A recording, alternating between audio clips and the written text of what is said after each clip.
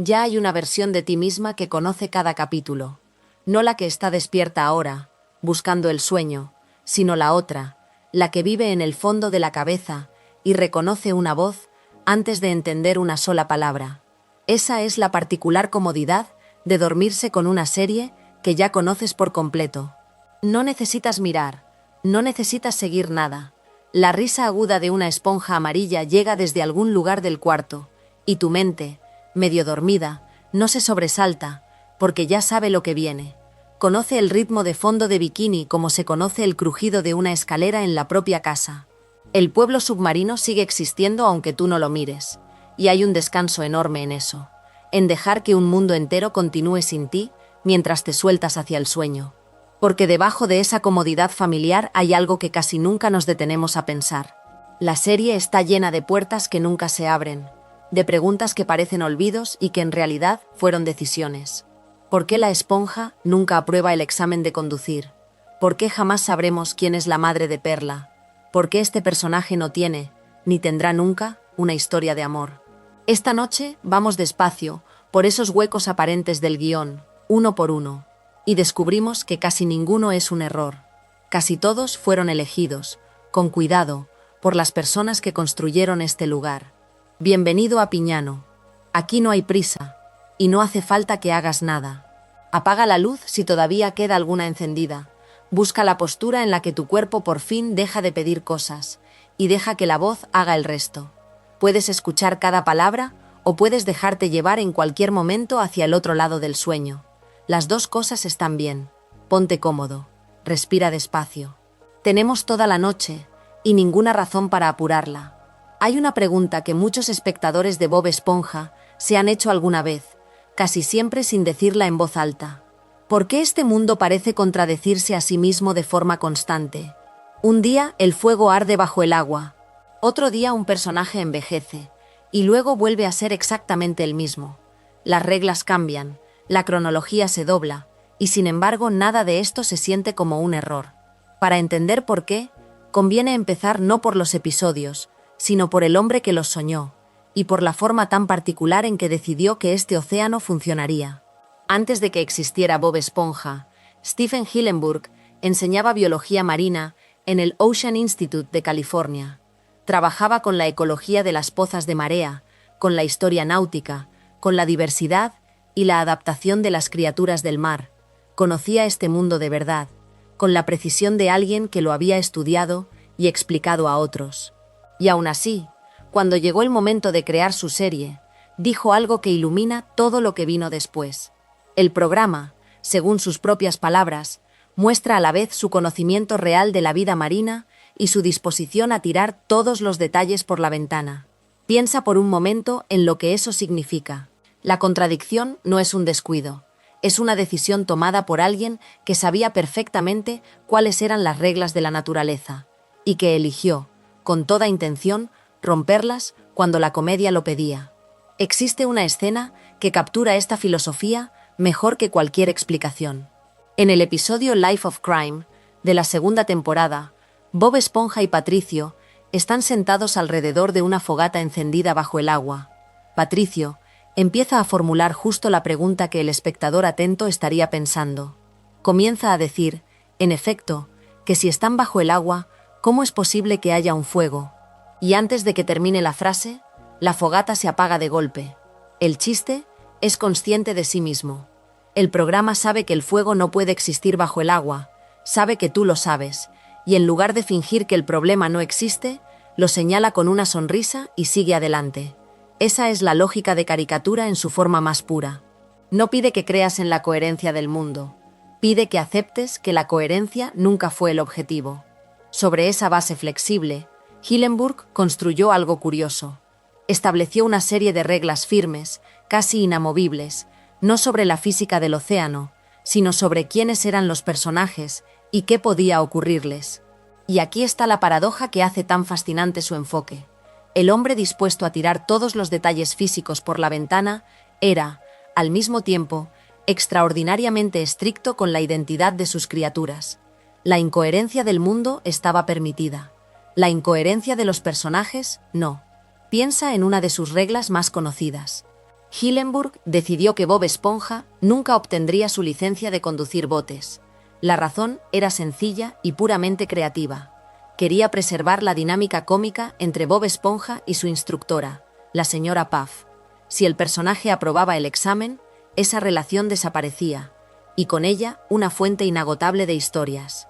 Así que el fracaso se convirtió en una ley del universo, tan fija como cualquier constante de la naturaleza. Y sin embargo, la serie no pudo resistir la tentación de jugar con su propia ley. En el segmento Bumper to Bumper de la 9ª temporada, ocurre algo que parecía imposible. Bob Esponja de verdad aprueba el examen de conducir. De verdad se le entrega una licencia. Por un momento, la regla se ha roto. Pero entonces un policía descubre que la señora Puff ha violado su libertad condicional al cruzar la línea de un condado, declara la prueba nula e inválida, y rompe la licencia allí mismo. El estado de las cosas queda restaurado. La ley se dobla hasta casi ceder, y luego regresa a su sitio, intacta.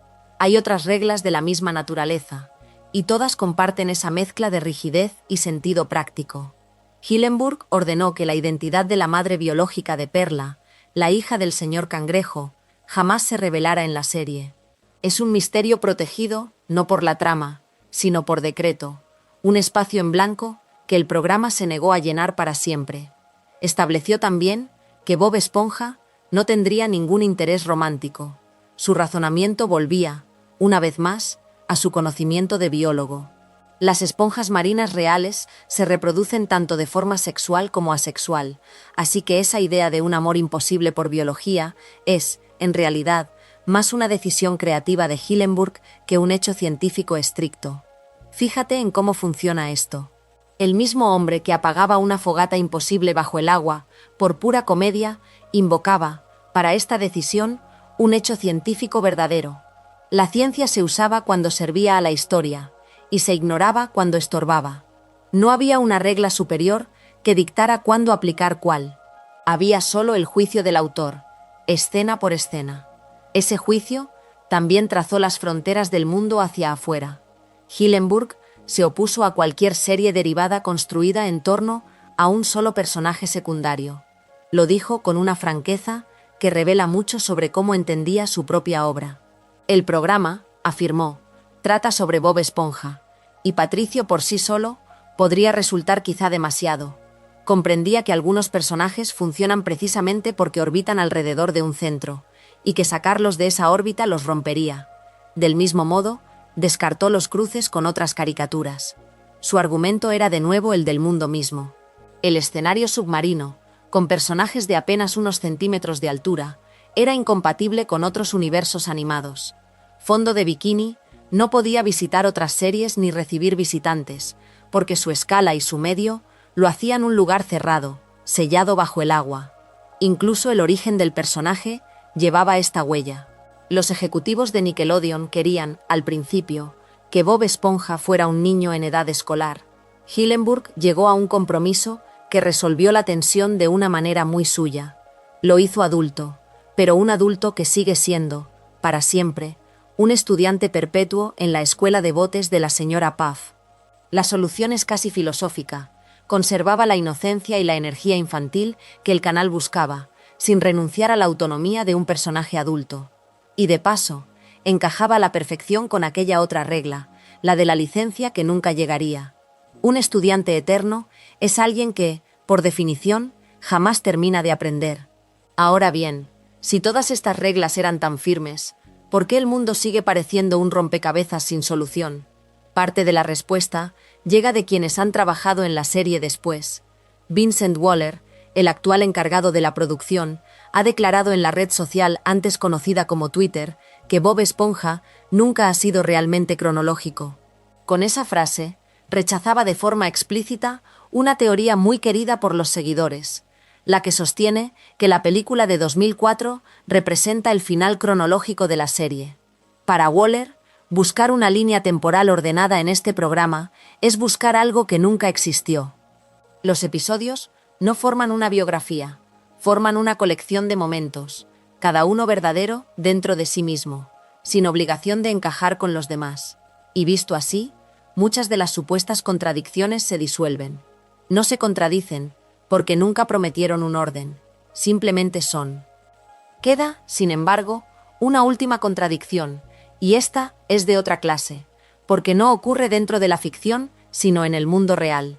Stephen Hillenburg murió en noviembre de 2018. Poco después, Nickelodeon dio luz verde a Camp Coral, una serie precuela que se estrenó en 2021 y que muestra a un Bob Esponja de 10 años. Detente a pensar en lo que eso representa. Es una serie derivada, exactamente lo que Hillenburg había rechazado, y presenta a un Bob Esponja niño, exactamente aquello que él había convertido en adulto tras la insistencia del canal. Dos de sus reglas más deliberadas, contradichas a la vez, una vez que él ya no estaba para defenderlas. La lógica de caricatura permitía que el fuego ardiera bajo el agua, pero esas reglas de personaje no eran lógica de caricatura, eran la voluntad de un autor, y esa voluntad resultó ser, al final, lo más frágil de todo el océano. Y aquí es donde el mundo entero empieza a cobrar sentido. Bob Esponja parece contradecirse, porque nunca operó bajo una sola regla, sino bajo dos lógicas superpuestas. Una era la del mundo, elástica, dispuesta a tirar los detalles por la ventana en nombre de la risa. La otra era la de los personajes, rígida, protegida por la mano de su creador. Mientras Hillenburg vivió, ambas convivieron sin chocar de verdad, porque una sola persona decidía dónde terminaba una y empezaba la otra. Lo que el espectador percibe como contradicción es, en realidad, el rastro de ese equilibrio. Un océano donde la física era negociable, pero el alma de cada criatura no lo era, hasta que el guardián de esas almas dejó de estar, y las líneas que había trazado con tanto cuidado se volvieron, como todo lo demás bajo el agua, dóciles a la corriente. Repara en lo que significa que el fuego exista bajo el agua, no como un accidente, no como un descuido de dibujantes apurados, sino como una presencia constante en un pueblo que respira sal. La parrilla del crustáceo cascarudo es, quizá, el objeto más discutido de toda la serie, porque concentra en un solo punto la contradicción que sostiene a fondo de bikini entero. Hay fuego, hay humo, hay una plancha ardiente encerrada en una cocina sumergida, y todos los personajes actúan como si eso fuera lo más natural del mundo. Esta noche quiero mirar esa parrilla despacio, no para atrapar a nadie en un error, sino para entender por qué el error nunca fue realmente un error. Conviene empezar por el primer día, porque la parrilla llega cargada de significado antes incluso de encenderse. En el episodio piloto de la primera temporada, titulado Help Wanted, Don Cangrejo manda a Bob Esponja a buscar una espátula hidrodinámica con accesorios de babor y estribor y propulsión turbo. La espátula no existe, es una prueba de novatada, una manera de mantener al recién llegado lejos de la cocina hasta que demuestre que la merece, y ese detalle, tan pequeño, ordena todo lo que vendrá después. La parrilla no es un electrodoméstico cualquiera, es equipo custodiado, un umbral que se cruza solo con permiso. Desde el primer minuto de la serie, el fuego de la cocina está protegido, vigilado, tratado como un privilegio que se otorga y no como un simple lugar de trabajo. El piloto termina justo antes de mostrarnos lo que tanto se había protegido.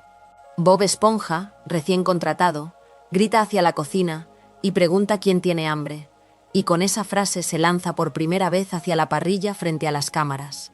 Pero la transcripción del episodio se corta ahí. No vemos cocinar, no vemos fuego, no vemos humo. La serie nos coloca en el borde exacto de su propia contradicción y baja el telón, casi como si supiera que ese primer contacto merecía guardarse para otro momento. El fuego bajo el agua queda prometido, pendiente, suspendido en el aire de una cocina que todavía no arde. El momento llega en Nature Pants, el 9º episodio de esa misma primera temporada. Aquí Bob Esponja se distrae mientras cocina, se pierde en un sueño despierto, y las cangreburgers se prenden fuego. El incendio no se queda en una hamburguesa. Se extiende por la parrilla misma, se apodera de la plancha, y lo hace mientras el crustáceo cascarudo permanece por completo sumergido bajo el agua. Es la primera vez que la serie enseña, sin recortes ni cortinas, aquello que el piloto había insinuado. El fuego arde donde no debería poder arder, y la escena no se detiene ni un segundo a pedir disculpas por ello.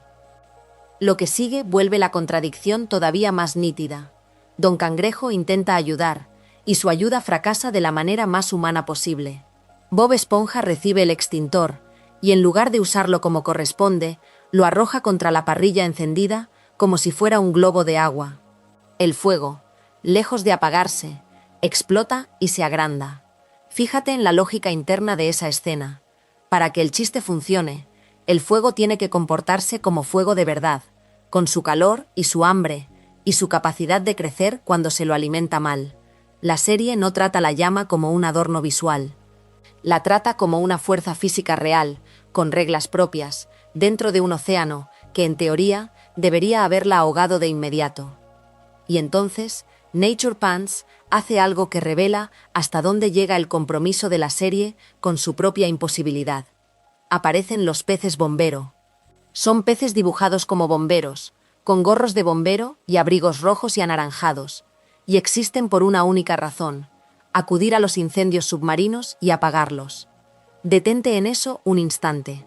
La serie no solo permite que haya fuego bajo el agua, construye una infraestructura entera alrededor de esa idea. El incendio submarino se convierte en un servicio municipal más, algo tan cotidiano en Fondo de Bikini como la recolección de basura o el alumbrado público. Hay un cuerpo de bomberos precisamente porque el fuego es una parte aceptada, esperada, casi burocrática de la vida en el pueblo. La serie sabe lo que está haciendo. Y en algún momento decide guiñar el ojo. Ocurre en Life of Crime, en la segunda temporada, cuando Patrick, sentado junto a una fogata, empieza a preguntar en voz alta: ¿cómo puede haber fuego si están bajo el agua? No termina la frase. La fogata se apaga de golpe, a mitad de la pregunta, sin que nadie ofrezca una explicación. Es el propio programa, señalando su agujero de guión, sosteniéndolo a la luz por un segundo, y luego apagándolo, antes de que la pregunta pueda completarse. No hay respuesta, porque nunca hubo intención de darla. El silencio es la respuesta, y es una respuesta que se ríe con cariño de sí misma. Con los años, esa parrilla incluso recibió un nombre propio. En un episodio muy posterior, de la temporada 11, titulado The Grill is Gone, Don Cangrejo nombra en pantalla el aparato. Es una Grill King 3000. Detrás de un chiste sobre modelos y marcas, se esconde un pequeño gesto de dignidad. La parrilla que el piloto había custodiado como equipo sagrado, tiene, al fin, una identidad concreta, una etiqueta que la vuelve real y específica dentro del mundo. El objeto que abrió la serie como umbral prohibido termina como un electrodoméstico con nombre y número, tan asentado en Fondo de Bikini que merece su propia marca. Queda una última pieza, y es la que ordena todas las demás. Stephen Hillenburg, el creador de la serie, describió su intención para Fondo de Bikini como un pequeño pueblo bajo el agua, donde los personajes se parecieran más a nosotros que a peces. Dijo que tienen fuego, que dan paseos, que conducen, que tienen mascotas y celebran fiestas. Nombró el fuego, específicamente, como uno de esos rasgos humanos que decidió regalarles. Eso lo cambia todo. El fuego submarino no es un descuido que se le escapó a un equipo distraído. Es una elección deliberada, un rasgo colocado a propósito para que estas criaturas se parezcan a nosotros. La fogata de Patrick, la parrilla de Don Cangrejo, los peces bombero con sus abrigos anaranjados, todos nacen de la misma decisión temprana de hacer a los personajes humanos antes que verosímiles. El agujero de guión más citado de la serie resulta ser, mirado con calma, la marca visible de su idea fundadora. Hay algo tan pequeño que casi nunca lo miras de frente, y que, sin embargo, estructura toda la lógica de un mundo entero: la nariz. En Fondo de Bikini, esa parte diminuta de la cara resulta ser una de las decisiones de diseño más consecuentes que el programa tomó jamás, aunque casi nunca hable de ella en voz alta. El debate entre los seguidores lleva años dando vueltas alrededor de una pregunta que suena tonta hasta que la sostienes un rato. ¿Bob Esponja tiene nariz? Y si la tiene, ¿cómo huele con ella? La respuesta, cuando uno junta las piezas que el propio programa dejó a la vista, es más ordenada de lo que parece. Empecemos por lo que es verificable en el dibujo, no en la interpretación. Bob Esponja está diseñado, de manera consistente, con una nariz. Es una nariz larga y ligeramente curva, y la forma más clara de verla es cuando el personaje aparece de perfil. De frente casi se pierde, se confunde con el resto de la cara, y por eso mucha gente jura durante años que no está ahí. Pero de lado se revela sin ambigüedad. Esa es la primera corrección que el propio material le hace al espectador distraído. La nariz existe, siempre existió, solo que el ángulo con el que solemos mirar a Bob Esponja, de frente, sonriendo, la esconde a plena luz. Y una vez que aceptas que la nariz está ahí, empiezas a notar todo lo que el programa hace con ella, desde el episodio titulado My Pretty Seahorse, y con mucha más frecuencia en los episodios posteriores a la quinta temporada, la nariz de Bob Esponja se anima para caer hacia abajo cuando el personaje está triste. Es un recurso visual sencillo y silencioso. La nariz se descuelga, se afloja, apunta al suelo, y sin una sola palabra entiendes su estado de ánimo. Lo interesante es de dónde viene ese gesto. Es exactamente la manera en que la nariz de Calamardo cuelga de forma natural, todo el tiempo. En Calamardo, esa nariz caída es su expresión por defecto, su cansancio permanente hecho forma. En Bob Esponja, la misma caída es una excepción, algo que solo ocurre cuando la alegría se apaga. El mismo rasgo dice cosas opuestas en dos personajes distintos, y esa es la clase de detalle que un programa hace cuando confía en que su público mira de verdad. La nariz de Bob Esponja no solo expresa, también toca. En varios episodios, entre ellos Patrick Smart Pants, Best Day Ever y SpongeBob's Big Birthday Blowout, se muestra a Bob Esponja tocando su propia nariz como si fuera una flauta, y de ella sale música. Mira lo que eso revela sobre la anatomía del personaje. La nariz no es un adorno pegado a la cara, es un instrumento, un objeto con hueco y con aire, una parte del cuerpo lo bastante real dentro de la lógica del show como para producir notas. En un mundo donde una esponja de cocina vive en una piña y trabaja friendo hamburguesas bajo el mar, la coherencia interna se sostiene precisamente en detalles así. La nariz suena, luego la nariz es de verdad. Ahora bien, no todos en fondo de bikini corren la misma suerte.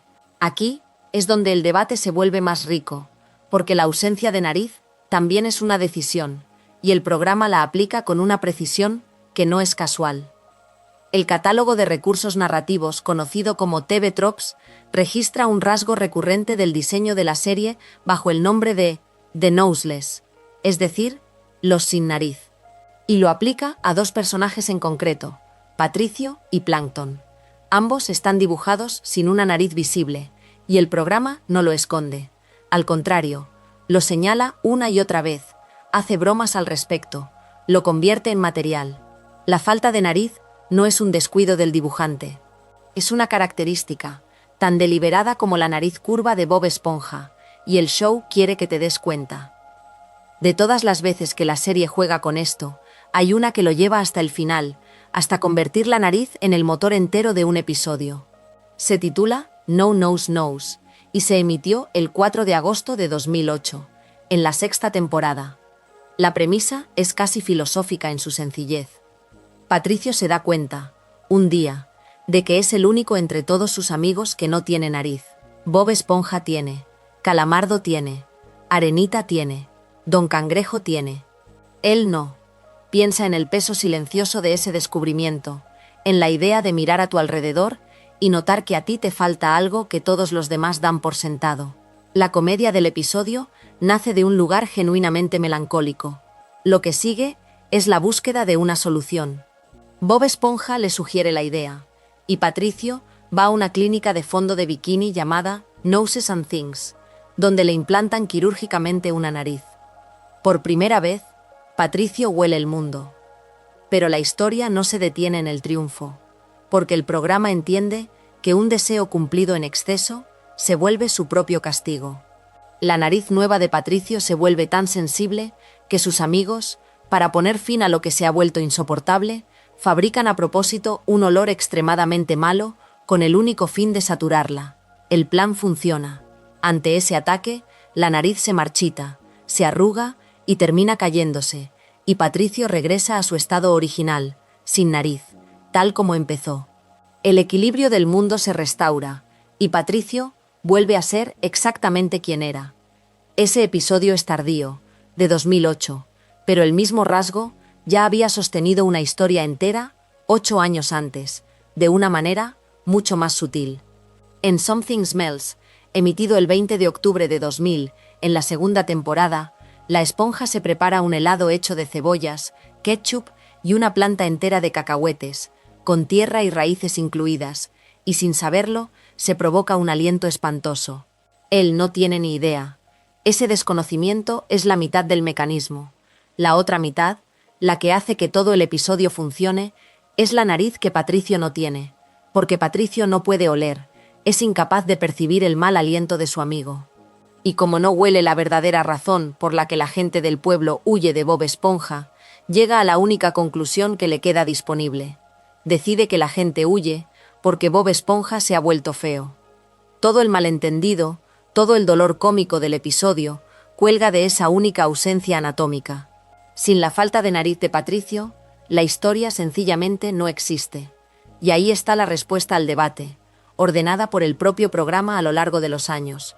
La pregunta de si Bob Esponja puede oler nunca fue el verdadero enigma, porque su nariz está dibujada, expresa tristeza e incluso hace música.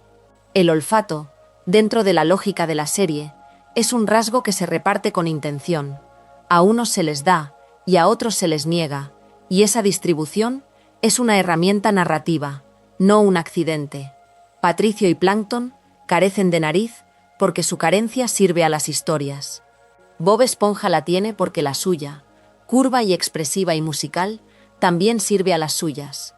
Lo que parecía un descuido resulta ser una de las decisiones más consistentes del programa, sostenida durante temporadas enteras, escondida a plena vista en el perfil de una esponja. Considera por un momento el nombre. Squidward Tentacles, en su forma original en inglés, lleva dentro la palabra squid, que significa calamar. Y sin embargo, Squidward no es un calamar. Stephen Hillenburg lo concibió como un pulpo antropomórfico, una criatura de brazos largos y melancólicos, con esa nariz curva y esa expresión de fastidio permanente. El nombre apunta hacia un animal, el diseño hacia otro. Es la primera de varias pequeñas contradicciones que rodean a este personaje, y no la más extraña, porque la más extraña tiene que ver con una cuestión de aritmética. Un pulpo, en la vida real, tiene 8 tentáculos. 8. Es casi la definición del animal, aquello que un niño aprende antes que cualquier otra cosa sobre estas criaturas. Squidward, en cambio, camina por fondo de bikini con 6. Le faltan 2, y la razón por la que le faltan no es narrativa ni simbólica, ni parte de alguna broma interna del programa. La razón es puramente práctica. Cuando Hillenburg diseñó al personaje, decidió darle 6 miembros en lugar de 8, porque, en efecto, resultaba más sencillo de dibujar, menos apéndices que animar en cada fotograma, menos líneas que seguir cuando el personaje se mueve, se sienta, toca el clarinete o se aleja con paso ofendido. La biología cedió ante la comodidad del lápiz. Imagina lo que eso supuso para quienes dibujaron el programa durante años. Cada aparición de Squidward, cada escena en la que aparece de cuerpo entero, es una pequeña negociación con esa decisión original. 6 miembros, no 8. Y esos 6 no funcionan todos de la misma manera. 2 de ellos actúan como brazos, las extremidades superiores con las que gesticula, sostiene objetos y expresa su desdén hacia el mundo. Los otros 4 funcionan como piernas. 4 patas que lo sostienen y lo desplazan, 4 tentáculos convertidos en un modo de locomoción que ningún pulpo real emplea de esa forma. Y aquí es donde el diseño revela su verdadera peculiaridad, en el detalle de cómo se colocan esas 4 patas cuando Squidward simplemente está de pie, quieto, sin hacer nada. No se reparten de manera uniforme. Cuando permanece inmóvil, sus 4 tentáculos inferiores se disponen de una manera muy concreta. Uno de ellos queda escondido detrás de los otros 2, de modo que el conjunto forma la figura de un signo más, una cruz vista desde arriba. Es una solución elegante para un problema visual. En pantalla, de frente, uno tiende a ver 2 patas claras, con el resto insinuado detrás. La mente completa lo que el dibujo simplifica. Rara vez nos detenemos a contarlas, y por eso rara vez notamos que la cuenta no cuadra. Ese es el corazón silencioso de la cuestión. Durante temporada tras temporada, Squidward vive con 6 miembros, y casi nadie lo advierte. El diseño está pensado para que no lo advirtamos. La disposición en cruz, el modo en que las patas se ocultan unas a otras, todo conspira para que el ojo acepte la figura sin auditarla.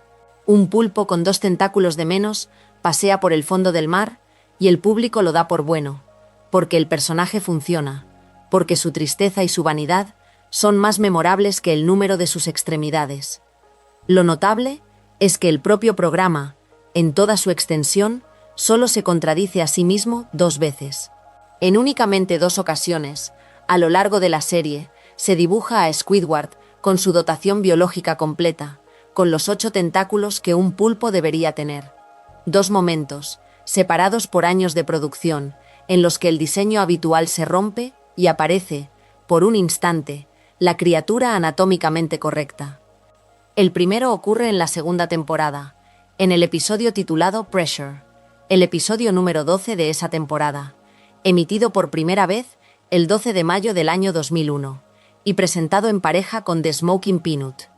Lo curioso es que la aparición de los 8 tentáculos no sucede en la animación tradicional del episodio, sino dentro de una secuencia en imagen real, una porción de acción en vivo insertada en el dibujo animado. Es como si el personaje, al abandonar por un momento el lenguaje del lápiz para pasar a otro medio, recuperara de golpe lo que ese lápiz le había quitado. Fuera del dibujo, vuelve a ser un pulpo entero. El segundo momento llega mucho después, ya en la 9ª temporada, en el episodio llamado Sold, cuyo número exacto dentro de esa etapa varía según la fuente que se consulte. Allí, en un plano breve, Squidward aparece de nuevo con los 8 tentáculos. Un solo instante, fácil de perder si uno parpadea, en el que la aritmética del personaje se corrige por segunda y última vez conocida.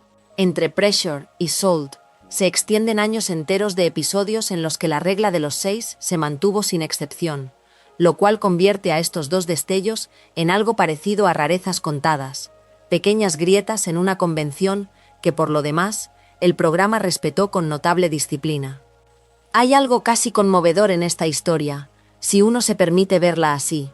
Un personaje cuyo nombre alude a un calamar, cuyo cuerpo pertenece a un pulpo, y cuyo pulpo está incompleto por una simple cuestión de conveniencia para los dibujantes. Cada una de esas capas es un pequeño desajuste, y ninguna de ellas estorba. Squidward sobrevive a todas sus contradicciones sin que le pese ninguna, porque lo que lo define no está en el recuento de sus extremidades, sino en su carácter, en esa mezcla de resentimiento y aspiraciones artísticas que lo vuelve tan reconocible. Y sin embargo, ahora que lo sabes, será difícil no mirar de otra manera. La próxima vez que lo veas de pie, inmóvil, con las patas formando esa cruz discreta, sabrás que hay una simetría cuidadosamente calculada para esconder lo que falta. Sabrás que en algún lugar de la segunda temporada, y luego una vez más en la 9ª, el programa dejó ver por accidente o por descuido a la criatura completa. 2 ventanas breves hacia el pulpo que Squidward nunca fue del todo, en un mundo donde 6 siempre bastó para dar la impresión de 8. Considera lo que supone que una serie construya toda su tensión cómica alrededor de un objeto que jamás se muestra. La fórmula secreta de la cangreburger nunca ha sido revelada por completo en pantalla a lo largo de toda la emisión del programa. Cada vez que parece a punto de salir a la luz, algo la deshace, la interrumpen, la falsifican, la esconden de nuevo. Es uno de los misterios sin resolver más duraderos de toda la serie, y esa permanencia no es un accidente del guión, sino la condición misma que mantiene vivo el conflicto entre el señor Cangrejo y Plankton. Conviene detenerse en por qué Plankton nunca lo consigue, porque la respuesta está escrita dentro de las propias tramas. Observa lo que ocurre en el episodio Plankton's Army. Plankton por fin obtiene una fórmula y la lee en voz alta, y entre sus ingredientes aparece, en efecto, una taza de amor. Durante un instante, el espectador cree que ha visto el secreto, pero la fórmula resulta ser un señuelo que Cangrejo ha plantado a propósito. La verdadera permanece guardada bajo llave en la caja fuerte del crustáceo crujiente, fuera del alcance de su rival y también del nuestro. La derrota de Plankton no viene de la fuerza, sino de la trampa. Obtiene un documento y el documento miente. Ese patrón se repite con variaciones. En el episodio The Great Patty Caper, la serie se atreve a mostrar más de lo habitual, y en pantalla se nombran o aparecen ingredientes parciales de la fórmula. Harina, virutas de percebe, sal, cúrcuma. Cada uno es real dentro del mundo del programa, y sin embargo ninguno de ellos, por sí solo, constituye el secreto completo. Aquí está la elegancia del mecanismo. La serie puede enseñarte piezas, puede dejarte oír palabras concretas, y aún así, el conjunto nunca cuaja en algo que puedas anotar y llevarte. Se muestra lo suficiente para que la fórmula parezca tangible, y se retiene lo suficiente para que siga siendo inalcanzable. Lo que hace que este misterio sea distinto de otros es que su condición de secreto no vivía solo en la pantalla. Vivía también en la sala de guionistas. En una entrevista, el productor Vincent Waller explicó que Stephen Hillenburg fue la única persona que llegó a ver la fórmula secreta completa. Fíjate en lo que eso supone. No se la reveló al equipo de escritores. Quienes construían los episodios trabajaban alrededor de un vacío deliberado, escribiendo persecuciones y engaños en torno a algo que ellos mismos no conocían del todo. El secreto de la ficción coincidía con un secreto real, guardado por un solo hombre. Y sin embargo, sobre ese vacío, Hillenburg sí dejó dicho algo. Según lo que se ha contado en distintas entrevistas, Vincent Waller relató que el propio Hillenburg le había asegurado que la fórmula no contiene, en efecto, absolutamente nada de carne, ni ningún producto animal en absoluto. Es una confirmación curiosa, porque no revela nada del ingrediente y a la vez lo delimita. Sabemos lo que la fórmula no es. Sabemos que la hamburguesa más famosa del fondo del mar no depende de la carne. El misterio se estrecha sin abrirse. Stephen Hillenburg murió en noviembre de 2018, y con esa fecha, el asunto adquiere un peso particular. El único depositario del secreto completo se marchó sin haberlo transcrito para nadie. Si la fórmula había de seguir siendo un misterio, ahora lo es por partida doble, por decisión narrativa y por ausencia. La persona que podía revelarla ya no está, y quienes continúan la serie heredan precisamente ese hueco como material de trabajo. Queda una última capa, y es quizá la más extraña y la más tierna. En una entrevista reciente, Tom Kenny, la voz de Bob Esponja, dijo, en efecto, que Bob Esponja lo sabe. El personaje, según él, conoce la fórmula secreta completa. Lo que no ha hecho nunca es contársela a Kenny en persona.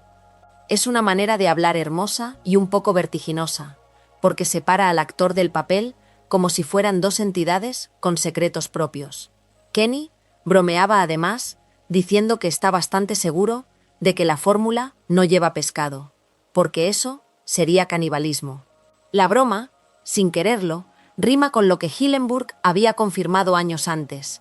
Nada de carne, ningún producto animal. El actor llega por el chiste a un lugar cercano al que el creador había fijado con seriedad. Reúne todas estas piezas y verás por qué la fórmula nunca se roba y probablemente nunca se revelará del todo. Dentro del relato, Plankton fracasa porque el propio mundo está diseñado para que fracase, con señuelos bajo la mano e ingredientes que nunca suman el total.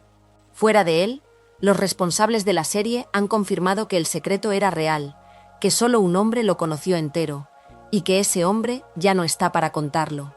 Lo que sobrevive es una frontera. Sabemos que no hay carne, sabemos algunas palabras sueltas, y sabemos que el personaje que lo guarda no piensa decirlo.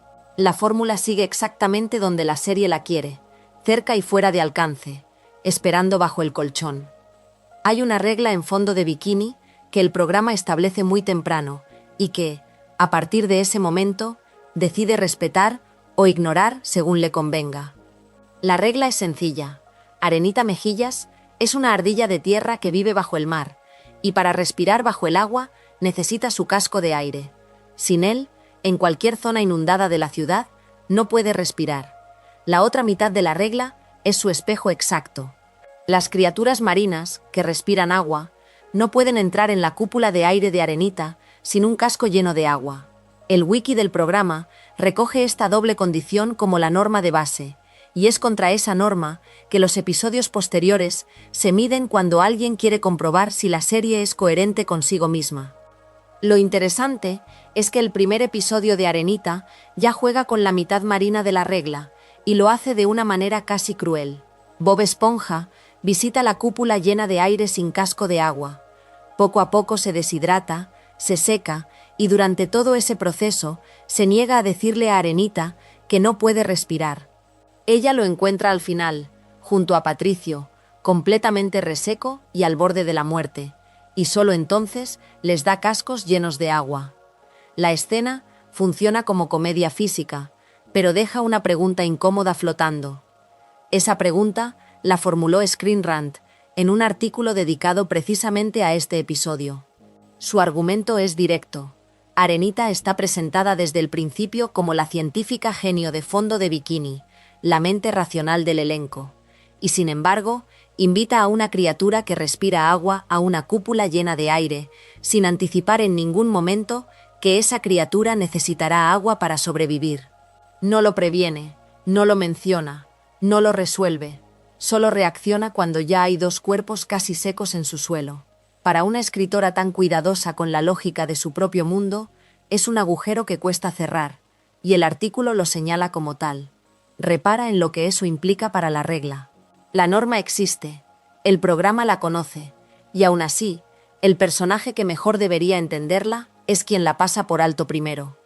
El reverso de esa norma, la de Arenita respirando fuera de su casco, recibe su prueba más extrema en el episodio titulado Pressure, de la segunda temporada. Ahí, Arenita se quita el casco de aire y el traje, y de manera voluntaria intenta respirar bajo el agua sin protección. Usa un frasco de pepinillos, volteado como casco improvisado. Lo hace para demostrar una tesis suya, que las criaturas de tierra son más duras que las del mar. El programa no suaviza las consecuencias. Una radiografía en pantalla muestra sus pulmones encogiéndose, y el pulmón izquierdo se desprende de su tráquea antes de que Bob Esponja y Patricio intervengan. Es un momento sorprendentemente literal sobre lo que la regla implica. Fuera del casco, en el agua, el cuerpo de Arenita empieza a fallar de verdad. Y luego está el episodio donde la regla se dobla en la otra dirección, sin romperse del todo. En Survival of the Idiots, también de la segunda temporada, los dos amigos quedan atrapados en la cúpula de Arenita durante una tormenta de invierno. La cúpula se llena de nieve, la nieve se derrite y se convierte en humedad, y en ese punto los dos personajes pueden quitarse sus cascos de agua. El programa trata esa humedad, ese deshielo, como equivalente a un ambiente completamente inundado. No es agua de mar, es nieve derretida dentro de una cúpula de aire. Pero para efectos de la regla, basta. Ahí es donde la coherencia se vuelve elástica. La norma dice que las criaturas marinas necesitan estar en agua para respirar fuera de su casco. El episodio decide que la humedad del deshielo cuenta como agua suficiente, y sigue adelante sin justificarlo. No es una contradicción abierta, porque el aire seco se ha vuelto húmedo. Es más bien una interpretación generosa de la propia regla, hecha en el momento en que la trama la necesitaba. Y esa es, en el fondo, la manera en que el programa maneja el asunto.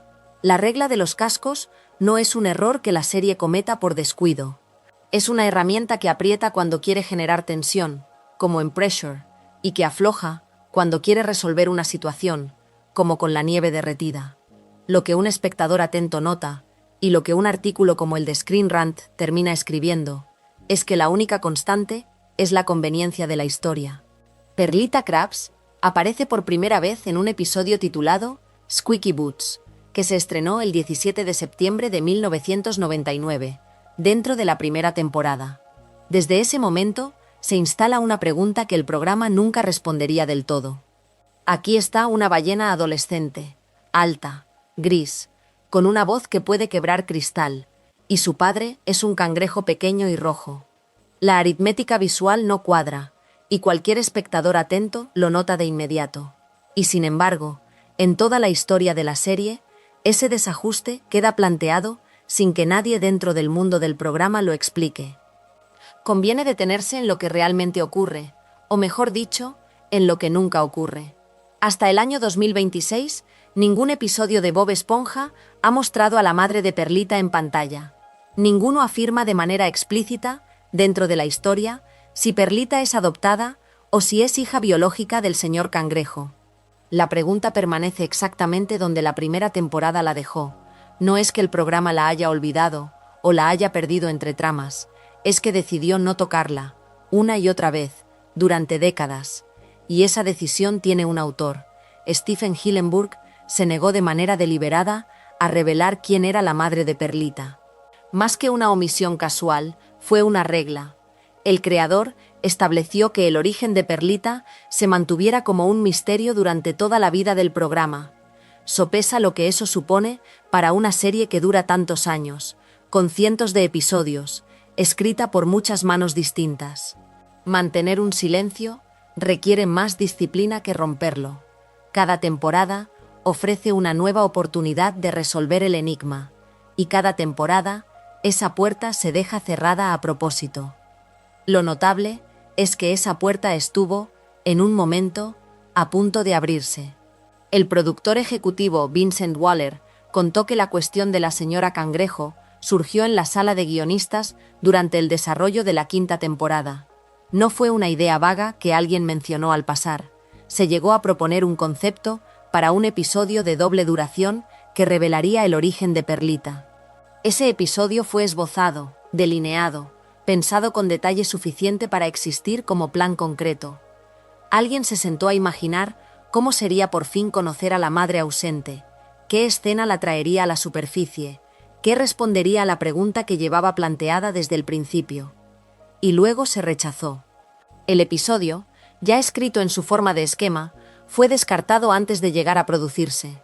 Según Waller, la razón se remonta a la misma convicción de Hillenburg. El creador creía que, en sus palabras según las contó Waller, era más divertido que la madre de Perlita nunca apareciera en el programa. Ahí está la clave de por qué el misterio sobrevivió, incluso después de haber sido resuelto sobre el papel. No fue por falta de ideas, ni por descuido. Fue una elección estética sostenida. Hillenburg pensaba que la ausencia era, en sí misma, la mejor versión del chiste, y que explicarla lo estropearía. Detente en esa idea, porque es más sutil de lo que parece. La comedia de Perlita depende en parte de que nunca la entendamos por completo. Una ballena hija de un cangrejo es graciosa precisamente porque no se explica. En el instante en que el programa dijera, esto pasó, así es como funciona, la extrañeza se convertiría en información, y la información no da risa de la misma manera. Hillenburg parece haber intuido que ciertos huecos en una historia no son fallos que reparar, sino espacios que sostienen algo. El agujero de guión, visto así, no es un error del programa, es una decisión del programa. Ahora bien, aunque la serie nunca lo diga de forma directa, sí ofrece pistas, y aquí es donde el asunto se vuelve interesante para quien lo mira de cerca. En el episodio Bossy Boots, el señor Cangrejo se refiere a Perlita como «my own flesh and blood», es decir, como su propia carne y sangre, después de despedirla y volver a contratarla.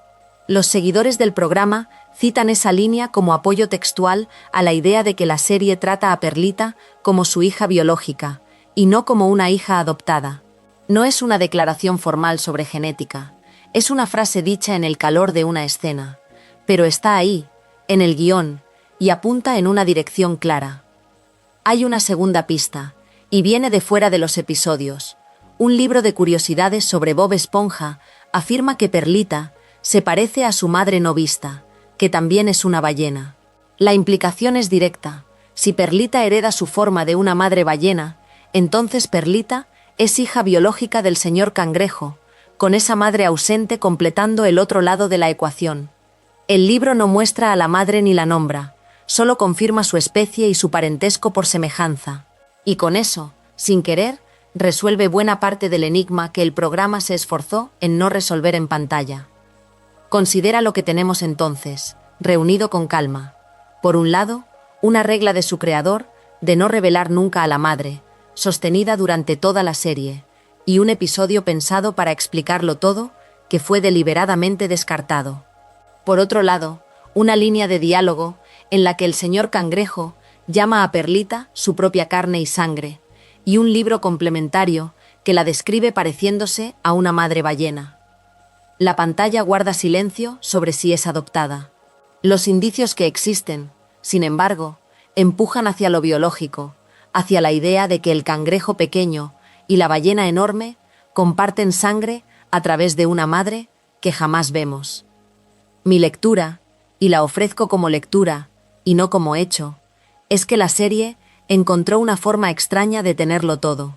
Nunca confirmó nada de manera explícita, respetando el deseo de Hillenburg de dejar el hueco intacto, pero dejó caer lo suficiente, en una frase aquí y en un libro allá, para que quien quisiera una respuesta pudiera armarla.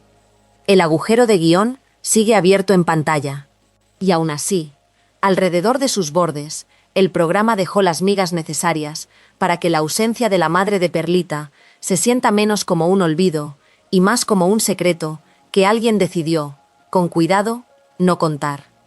Vale la pena recordar cómo empezó todo, porque el bucle en el que Bob Esponja queda atrapado no nació en la pantalla, sino en una sala de reuniones. Cuando Stephen Hillenburg presentó la serie a Nickelodeon, los ejecutivos le pusieron una condición para darle luz verde. Bob Esponja y el resto del reparto tenían que ser niños. Hillenburg no quiso renunciar a su personaje adulto, y en lugar de abandonar el proyecto, buscó un punto intermedio. Su solución fue convertir a Bob Esponja en un adulto matriculado en una escuela para aprender a conducir un barco. De esa negociación, de ese pequeño gesto de resistencia creativa, salió la premisa misma de la escuela de navegación. El personaje quedó, desde su origen, definido por una tarea que nunca termina. Y esa es la clave para entender por qué Bob Esponja jamás saca su licencia. No se trata de un descuido de los guionistas ni de un chiste que se les olvidó cerrar. La incapacidad de obtener un permiso de conducir permanente es uno de los gags más largos de toda la serie. Aparece en la primera temporada y se estira hacia las temporadas posteriores sin resolverse nunca del todo. Es un motor narrativo, no un accidente. Mientras Bob Esponja no consiga la licencia, la escuela sigue teniendo sentido, la señora Puff sigue teniendo un alumno, y el personaje conserva esa mezcla de entusiasmo y fracaso que lo vuelve entrañable. El primer gran retrato de ese fracaso llega en el episodio titulado Boating School, el segundo segmento emparejado con Naughty Nautical Neighbors, emitido por primera vez el 7 de agosto de aquel primer año. Es, además, la primera aparición de la señora Puff en la serie, presentada ya en su papel de instructora. Ahí se establece de golpe todo el sistema emocional que sostendrá el chiste durante años. Y hay un dato que conviene escuchar despacio, porque dice mucho más de lo que parece. Antes del examen que vemos en pantalla, Bob Esponja afirma que ya ha hecho la parte oral de la prueba 37 veces. 37. Léelo despacio. No es alguien que empieza. Es alguien que ha fracasado tantas veces que el fracaso se ha vuelto parte de su rutina, y aún así se presenta otra vez con la misma esperanza intacta. Lo interesante del episodio es dónde falla exactamente. Bob Esponja aprueba la parte oral con facilidad. El conocimiento no es el problema. Donde se derrumba es en la conducción, y se derrumba por un exceso de sí mismo. Se emociona demasiado y estrella el barco contra un faro. El impacto es tan fuerte que la señora Puff, que es un pez globo, se infla por el golpe.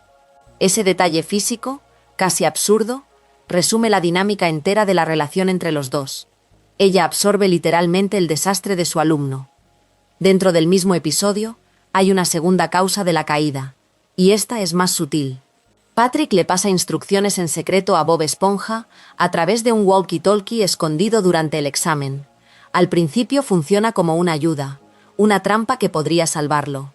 Pero Bob Esponja, a mitad de la prueba, cae en la cuenta de que eso es hacer trampa, y esa toma de conciencia le provoca un ataque de pánico que le cuesta el examen. Detente en esa idea, porque es más honda de lo que un gag infantil suele permitirse. El personaje no fracasa por ser incapaz, fracasa porque su propia conciencia moral lo traiciona en el peor momento. Podría haber pasado engañando, y algo dentro de él se niega. Hay una especie de decencia trágica en eso. Con los años, la serie encontró formas nuevas de negarle la licencia, y algunas de esas formas son casi crueles en su ingenio, porque ya ni siquiera dependen de que Bob Esponja lo haga mal. En el episodio Bumper to Bumper ocurre algo que en cualquier otra historia sería el final feliz. Bob Esponja completa un examen de conducción entero sin un solo rasguño. Lo hace perfecto. La señora Puff le entrega la licencia. Por un instante, el bucle parece romperse. Y entonces, un policía anula el examen de inmediato, no por nada que haya hecho el alumno, sino porque la señora Puff había cruzado la línea del condado mientras estaba bajo arresto domiciliario. El agente rompe la licencia y la arresta a ella por violar su libertad condicional. Fíjate en el desplazamiento de la culpa.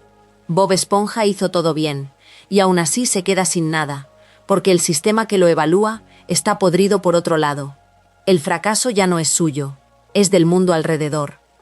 La versión más desnuda de esta lógica, la que muestra las costuras del truco, llega en la 9ª temporada, en el episodio SpongeBob Longpants. Aquí el instructor le concede la licencia a Bob Esponja por una razón que no tiene nada que ver con conducir. Se la da simplemente porque lleva pantalones largos, y esos pantalones le dan una confianza nueva. Es un chiste sobre la seguridad en uno mismo, sobre cómo la ropa puede cambiar por completo la forma en que alguien se presenta ante el mundo. Pero la resolución dura lo que tarda otro personaje en intervenir. En cuanto el señor Krabs le corta los pantalones y se los devuelve convertidos otra vez en shorts, el instructor reaparece en el acto y le revoca la licencia allí mismo. La confianza se va con la tela, y con ella se va el permiso. Puestos uno al lado del otro, estos episodios dibujan una regla no escrita que la serie protege con mucho cuidado. Bob Esponja puede fallar por su culpa, como cuando el pánico lo domina. Puede triunfar y perderlo todo por culpa ajena, como cuando la señora Puff arrastra su propia condena penal al examen. Y puede ganar por un motivo tan frágil que basta un par de tijeras para deshacerlo. Cada camino conduce al mismo sitio. La licencia siempre se aleja un paso más. En mi opinión, y lo digo como lectura personal, ahí reside la razón por la que este personaje nunca envejece, ni se gradúa, ni avanza. La graduación sería el final de la escuela, y la escuela fue la moneda de cambio con la que Hillenburg salvó a su personaje adulto de convertirse en niño. Renunciar a ese bucle sería renunciar al compromiso original que hizo posible la serie entera. Por eso Bob Esponja se queda, examen tras examen, en el mismo punto exacto donde empezó. No es que no pueda crecer, es que el mundo que lo rodea está construido, desde su primer minuto, para devolverlo siempre al principio. Hay un nombre que la mayoría de nosotros pronunciamos sin pensar en él: Bikini Bottom. Suena a broma, a juego de palabras infantil, a un lugar inventado para que una esponja amarilla viva feliz debajo del mar. Y sin embargo ese nombre no salió de la nada. Bikini Bottom se llama así por un lugar real, el atolón Bikini, un atolón de coral situado en las Islas Marshall, en medio del Océano Pacífico. Reflexiona sobre lo que eso encierra. El fondo marino más alegre de la televisión lleva grabado, en su propio nombre, el recuerdo de uno de los sitios más marcados por la historia nuclear del siglo XX. Para entender por qué eso importa, hay que viajar hacia atrás, a los años que siguieron a la Segunda Guerra Mundial. Entre 1946 y 1958, Estados Unidos llevó a cabo 67 pruebas de armas nucleares en el atolón Bikini y en el cercano atolón Enewetak, ambos en las Islas Marshall. 67 detonaciones a lo largo de 12 años, en un rincón del Pacífico que hasta entonces había sido, sencillamente, el hogar de la gente que vivía allí. No fue una prueba aislada ni un accidente, fue un programa sostenido, deliberado, repetido una y otra vez sobre el mismo grupo de islas. Y antes de que cayera la primera bomba, hubo un desalojo. Ese mismo año, la Marina de los Estados Unidos trasladó a los 167 habitantes indígenas de Bikini fuera de su atolón, llevándolos al atolón Rongerik antes de que empezaran las pruebas. Detente en esa cifra. 167 personas, una comunidad entera, movida de su tierra para dejar sitio a la ciencia de la destrucción. La imagen es difícil de sostener junto a la de una esponja cocinando hamburguesas, y aún así, las dos comparten un mismo punto en el mapa, un mismo nombre. La prueba más grande llegó unos años después, el 1 de marzo de 1954, en el atolón Bikini, se detonó el artefacto conocido como Castle Bravo, la mayor explosión nuclear que Estados Unidos ha realizado jamás. Su potencia equivalía, más o menos, a 1000 bombas del tamaño de la de Hiroshima. 1000 es un número que la mente no consigue abarcar del todo, porque una sola de aquellas bombas ya había bastado para redefinir lo que un ser humano podía hacerle a una ciudad. Aquí, sobre un anillo de coral en el Pacífico, se liberó 1000 veces esa fuerza en un solo instante. Las consecuencias no terminaron con el hongo de humo.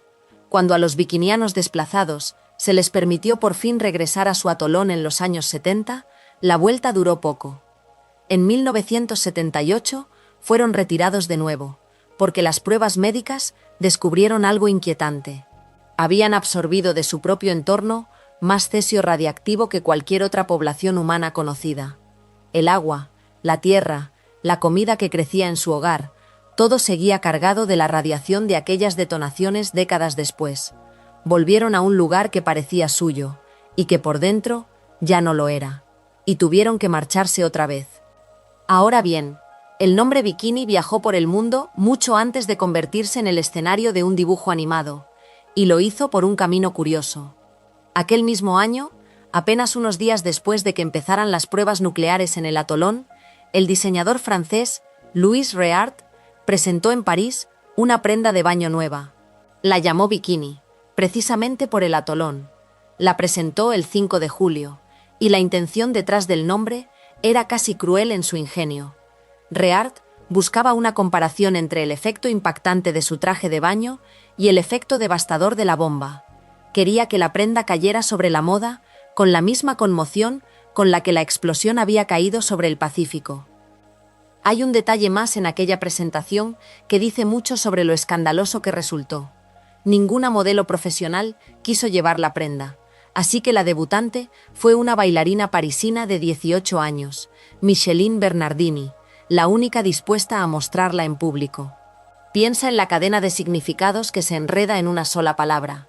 Un atolón donde vivía gente, un lugar que fue vaciado y luego bombardeado decenas de veces, presta su nombre a una explosión, la explosión presta su choque a una prenda de baño, y la prenda de baño se vuelve tan cotidiana que ya nadie recuerda de dónde vino el nombre.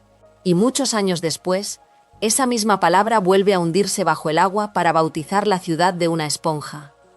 Durante mucho tiempo, la conexión entre Bikini Bottom y el atolón Bikini fue apenas una teoría de aficionados, una de esas ideas que circulan entre quienes miran la serie con demasiada atención. Lo interesante es que dejó de ser solo una teoría.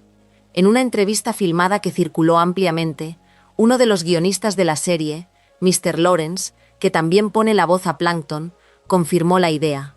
Su compañero de reparto, Roger Bumpass, planteó la teoría delante de la cámara, y Mr. Lawrence respondió, con estas palabras, "And that is true. That is absolutely true." Y eso es cierto. Es absolutamente cierto. El escenario de Bikini Bottom hace referencia, de forma deliberada, a las pruebas nucleares reales del atolón Bikini. En esa misma entrevista, Mr. Lawrence fue todavía más lejos y abrió una ventana a algo que casi ocurrió. Contó que, durante el desarrollo temprano de la primera temporada de la serie, los guionistas llegaron a hablar de inclinarse hacia un concepto apocalíptico. La idea, en esencia, era que el mundo entero estuviera muerto excepto Bikini Bottom, como consecuencia de aquella historia nuclear. Imagina la serie que casi fue.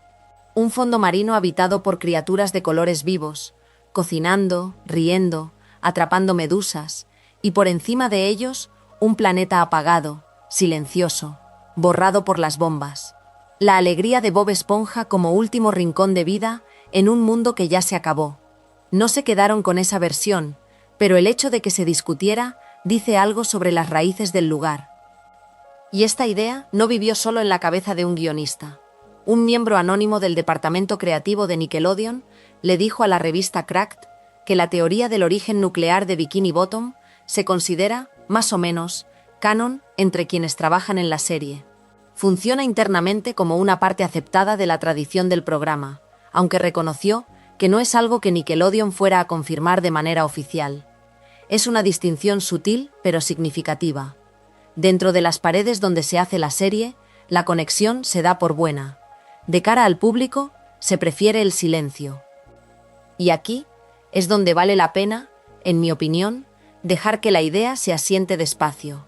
Si aceptas que el nombre no es casualidad, que su creador era biólogo marino, que los guionistas discutieron un mundo muerto salvo por esta ciudad, entonces la vida marina mutada y antropomorfa de Bikini Bottom empieza a leerse de otra manera.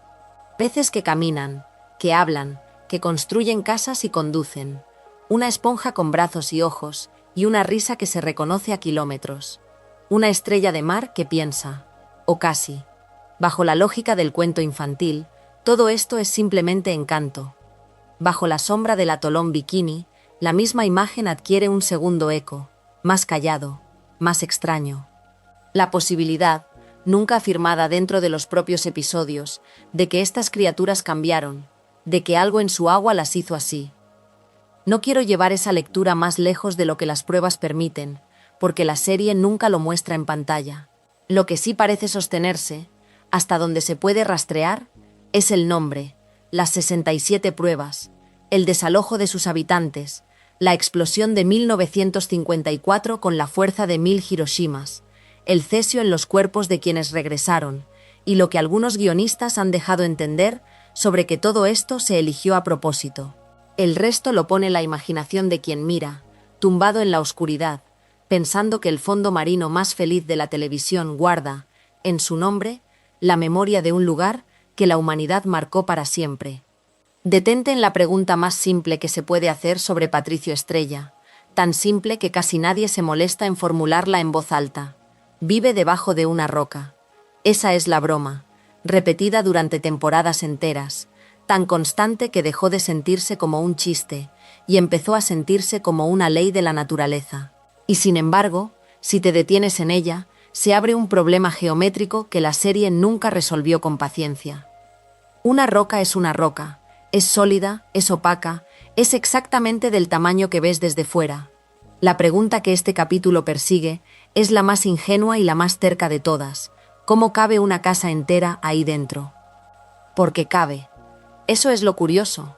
La serie, a lo largo de los años, fue mostrando el interior de esa roca, y cada vez que lo hizo, el interior creció. En el episodio I'm with Stupid, el segundo de la temporada 2, se nos muestra el espacio bajo la roca, dividido en 2 habitaciones, una de ellas una cocina. Detente en eso. Una cocina, no un hueco vacío donde una estrella de mar duerme, sino un ambiente doméstico, con la implicación de fogones, de comida, de rutina. Y ese detalle contradice directamente las muchísimas veces en que la misma roca se dibuja como un único espacio desnudo, un cuenco de sombras sin nada dentro. 2 versiones del mismo lugar, sostenidas por la misma serie, sin que ninguna reconozca a la otra. El interior siguió expandiéndose. En The Pink Purloiner, de la temporada 4, cuando Bob Esponja baja a buscar a Patricio, no entra a gatas ni se agacha bajo un borde de piedra. Baja una escalera. Piensa en lo que exige una escalera. Exige altura, exige un desnivel, exige que debajo de esa roca haya profundidad suficiente para que un tramo de peldaños tenga sentido. Una roca en la arena no tiene sótano. Y sin embargo aquí lo hay, un descenso deliberado hacia un espacio que existe por debajo del nivel donde la roca toca el suelo. Y luego, en The Donut of Shame, de la temporada 5, se nos muestra algo aún más específico. La roca tiene un baño, con un inodoro, y es ahí donde Patricio deja caer una dona robada y ya caducada. Un baño con instalaciones significa fontanería, significa un cuarto dedicado a una sola función, significa que este no es un refugio improvisado, sino una vivienda con las divisiones de una vivienda de verdad. Cocina, escalera, baño, reunidos, estos 3 detalles, cada uno de un episodio distinto, describen algo que no puede caber bajo la piedra pequeña y curva que vemos desde la superficie. Hay un episodio que casi ofrece una explicación, aunque quizás sin proponérselo. En Descartes, de la temporada 9, Patricio revela que tiene un casero, alguien que periódicamente le cambia la cerradura de la roca. Piensa en lo que ese dato reordena en silencio. Si hay un casero, entonces la roca no es algo que Patricio cavó, ni algo que encontró y ocupó, ni una parte natural del fondo marino que le tocó por azar. Es una unidad alquilada. Alguien la posee, alguien cobra por ella, alguien controla el acceso con una llave que puede sustituir cuando quiera. Y una unidad alquilada, a diferencia de una piedra, puede tener el interior que el propietario haya decidido construir dentro. La contradicción geométrica se convierte, por un instante, en una cuestión inmobiliaria. Durante casi toda la vida de la serie, esa fue toda la respuesta que hubo. Un montón de interiores incompatibles, sostenidos con la misma indiferencia relajada con que la serie sostiene casi todas sus imposibilidades. Los fans que se hacían la pregunta la respondían solos, con teorías, con encogimientos de hombros, con el pacto tácito de que una caricatura no debe rendir cuentas a la física. La roca era la roca, y su interior era del tamaño que la trama necesitara ese día. Y entonces, muchísimo después, en Shell Games, el 10º episodio de la temporada 12, la serie decidió contestar la pregunta de la forma más literal y más desestabilizadora posible. Ahí se revela que la roca de Patricio no es una roca en absoluto, es un caparazón. Concretamente, el caparazón cubierto de fango de una tortuga marina llamada Tony, que ha estado dormida debajo de Patricio durante más de 30 años.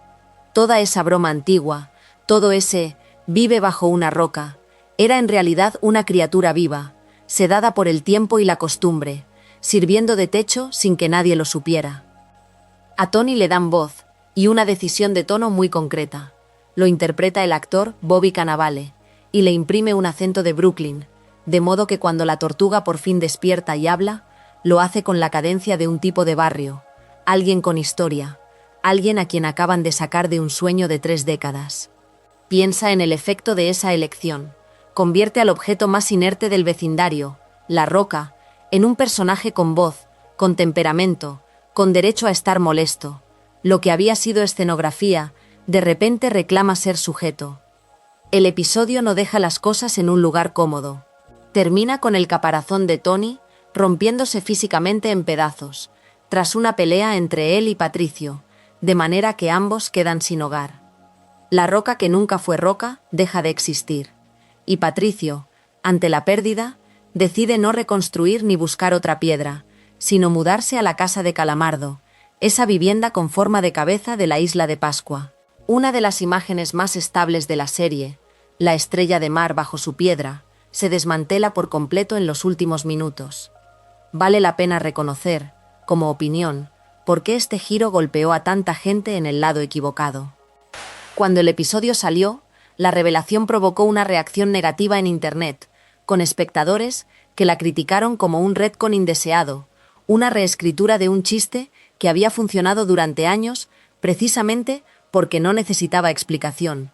Y creo que ese rechazo tiene una lógica que merece respeto. La pregunta con la que empezamos, ¿cómo cabe una casa entera bajo una roca?, nunca pidió una respuesta. Vivía mejor sin ella. La cocina, la escalera, el baño, el casero, todo eso era una imposibilidad amable, del tipo que uno acepta, porque no hacía daño a nadie. Al contestar la pregunta de forma tan concreta, convirtiendo la piedra en una tortuga dormida y luego destruyéndola, la serie cambió una imposibilidad amable por un hecho triste. Resolvió el misterio, sí, pero algunos misterios sostienen más el mundo cuando se los deja cerrados, y este era uno de ellos. Pregúntate qué puede significar la muerte en un lugar donde todos ya viven en el fondo del mar. Es una pregunta más extraña de lo que parece. Los personajes de Bob Esponja respiran bajo el agua, caminan por calles hundidas, encienden fuegos que arden pese a estar rodeados de océano. Su mundo entero ocurre en un espacio que, para nosotros, sería el final de una caída. Y sin embargo, dentro de ese mundo, existe algo todavía más profundo, algo que espera más abajo. Existe el holandés errante, el capitán pirata fantasma, que vive en el fondo mismo de Fondo de Bikini, y que es la principal encarnación recurrente de la muerte y del más allá en toda la serie. Míralo de este modo. Si Fondo de Bikini es el fondo del mar, el holandés vive en el fondo del fondo. Está por debajo de lo que ya está por debajo.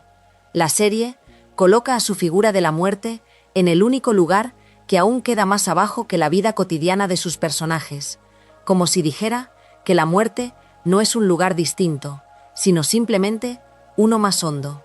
Los habitantes de Fondo de Bikini no mueren subiendo hacia una superficie luminosa, descienden, y quien los espera allí abajo es un pirata que ya hizo ese mismo descenso hace mucho tiempo. La primera vez que el holandés aparece en pantalla, ni siquiera aparece de verdad. Llega como una ilustración dentro de un cómic, en el episodio titulado en inglés Squidward the Unfriendly Ghost, el 11º de la primera temporada.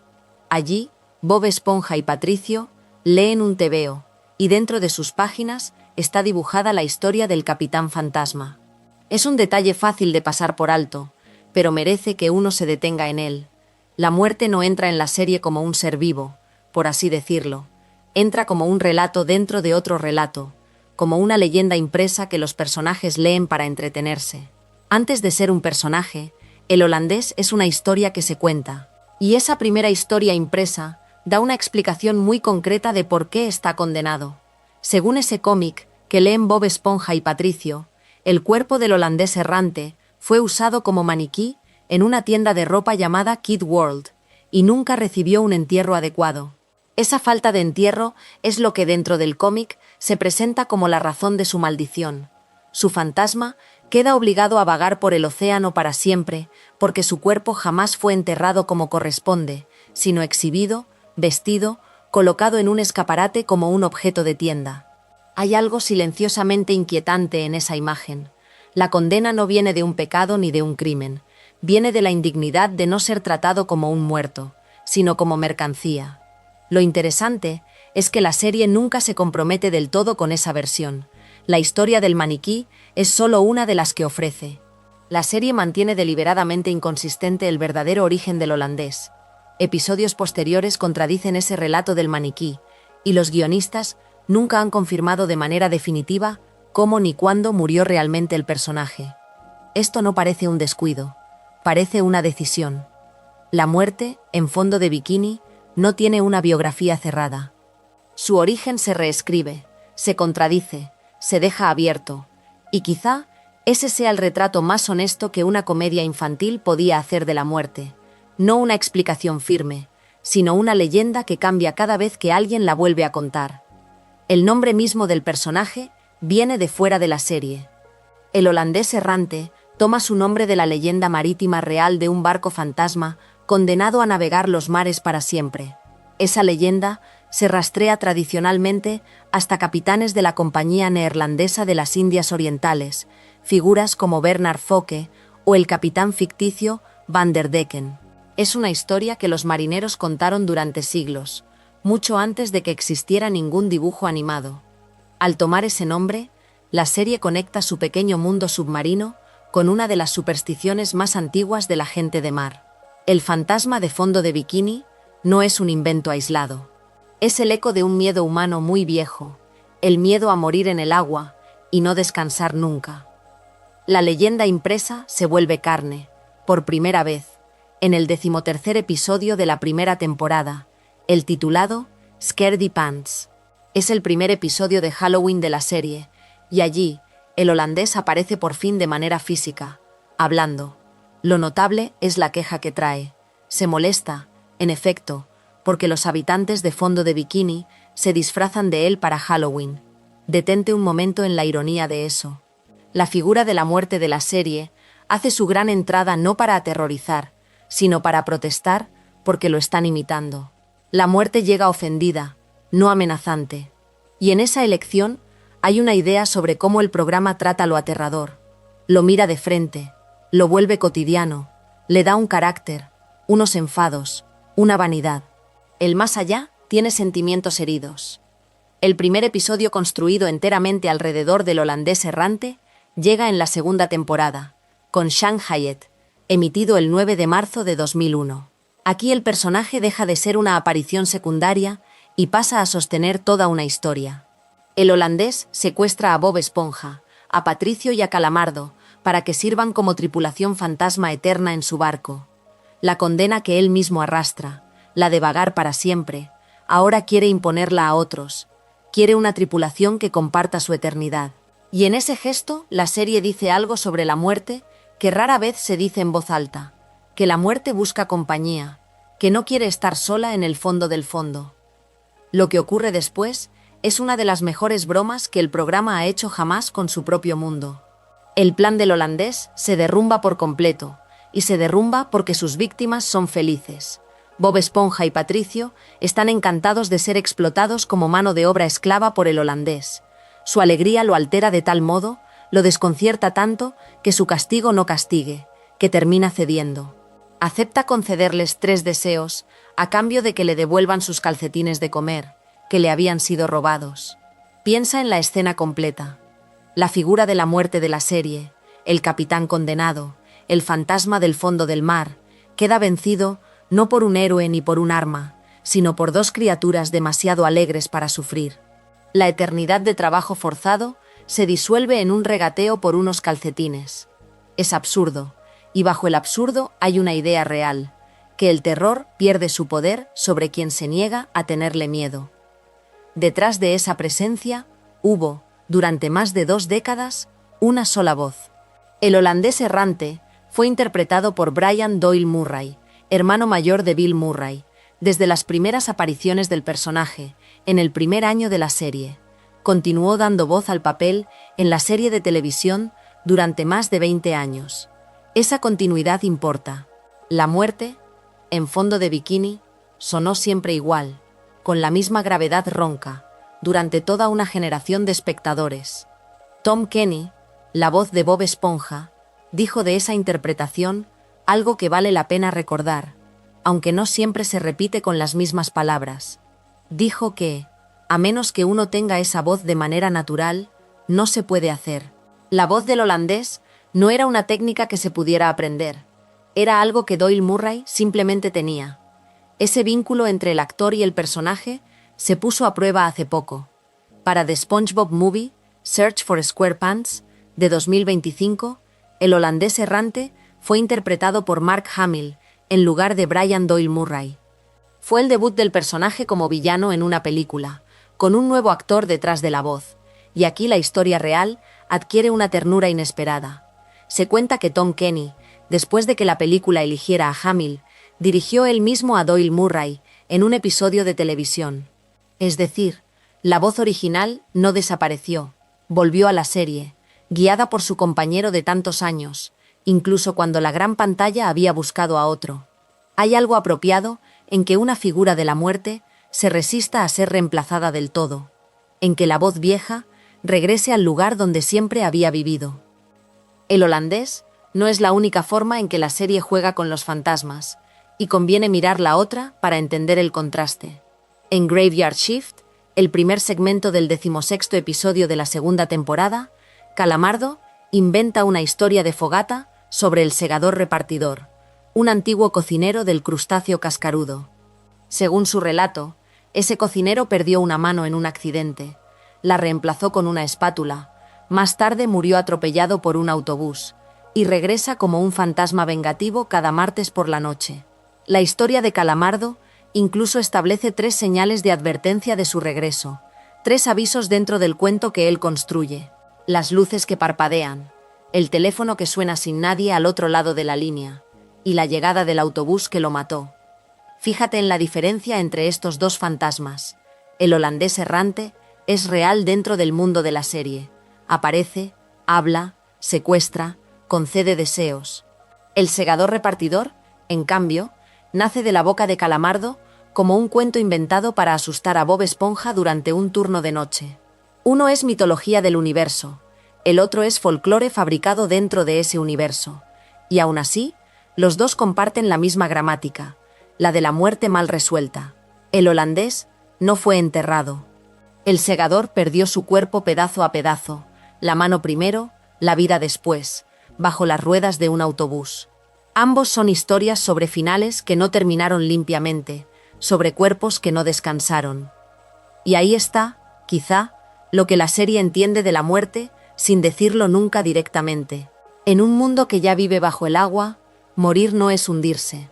Es quedar sin entierro, sin cierre, sin la voz correcta, sin la historia firme que explique lo que pasó. El holandés vaga porque nadie contó bien su final, porque su origen se contradice de un episodio a otro, porque incluso su cuerpo terminó como un maniquí en un escaparate en vez de bajo tierra. Su condena no es estar muerto, su condena es no estar terminado. Y en un programa hecho para niños, escondida bajo los calcetines de comer y los deseos regateados y las historias de fogata, esa es una idea sobre la muerte tan seria como cualquier otra que hayas oído. Piensa en lo que ocurre cuando una serie decide que el tiempo, ese material que el resto de la ficción trata con tanto cuidado, es en realidad un decorado más, algo que se puede mover, redecorar o abandonar según convenga a una historia de 11 minutos. Bob Esponja hace exactamente eso, y lo hace desde muy pronto, en un episodio que no solo juega con el futuro y el pasado dentro de su propia trama, sino que lo hace en una fecha cargada de sentido para quien lo miraba desde el sofá de su casa. Ese episodio es SB-129, el primer segmento del 14º episodio de la serie, emparejado con Karate Choppers. Se estrenó en la última noche de aquel primer año de la serie, como un especial de Nochevieja de Nickelodeon pensado para el cambio de milenio. Detente un momento en esa coincidencia. Una cadena elige, para la noche en que millones de personas están pensando en el paso del tiempo, en lo que dejan atrás y en lo que viene después, un episodio que trata precisamente de eso, de un personaje arrancado de su presente y arrojado a los extremos de su propia línea temporal. No es un accidente de programación, es una decisión que le da al capítulo un peso que quizá no tendría en cualquier otra fecha. La historia comienza con algo pequeño y doméstico. Calamardo se queda encerrado por accidente en el congelador del crustáceo cascarudo. Un error tonto, del tipo que cualquiera podría cometer, y sin embargo, ese descuido lo lanza 2000 años hacia el futuro. Cuando por fin lo descongelan, no es un compañero humano quien lo recibe, sino un descendiente robótico de Bob Esponja llamado Spongetron. El mundo que encuentra está enteramente cromado, todo superficie metálica y brillo frío. Un futuro donde la esponja que él conoció se ha replicado hasta convertirse en un linaje de máquinas. Y aquí la serie hace algo que conviene mirar con calma, porque revela cómo entiende el porvenir. A Calamardo no le presentan a un Spongetron, sino a varios.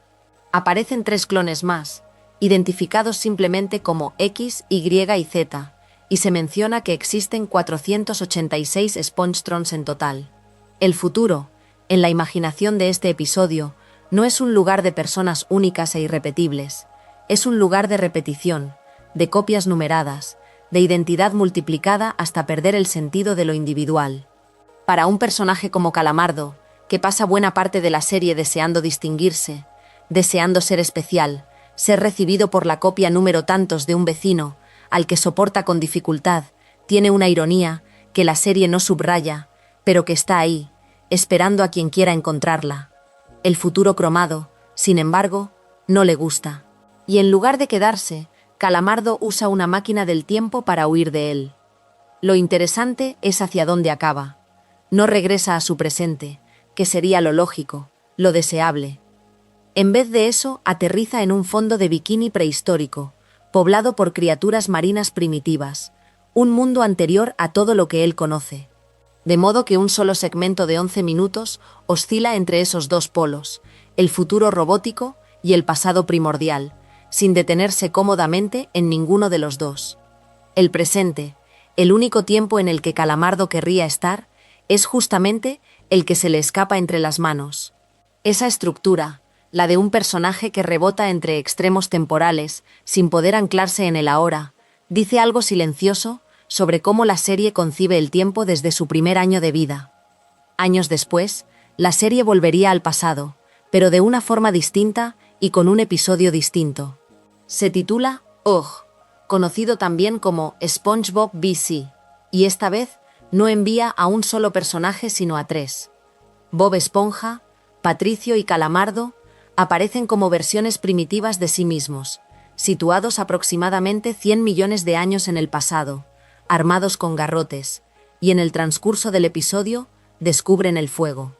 Es un salto temporal mucho más profundo que el de SB-129, una distancia tan vasta que deja de ser historia para convertirse en prehistoria, en el momento mítico en que unas criaturas torpes tropiezan con la primera de las grandes tecnologías humanas. You tiene además una peculiaridad que pertenece al mundo real, no al de la ficción, y que resuena de un modo curioso con su tema.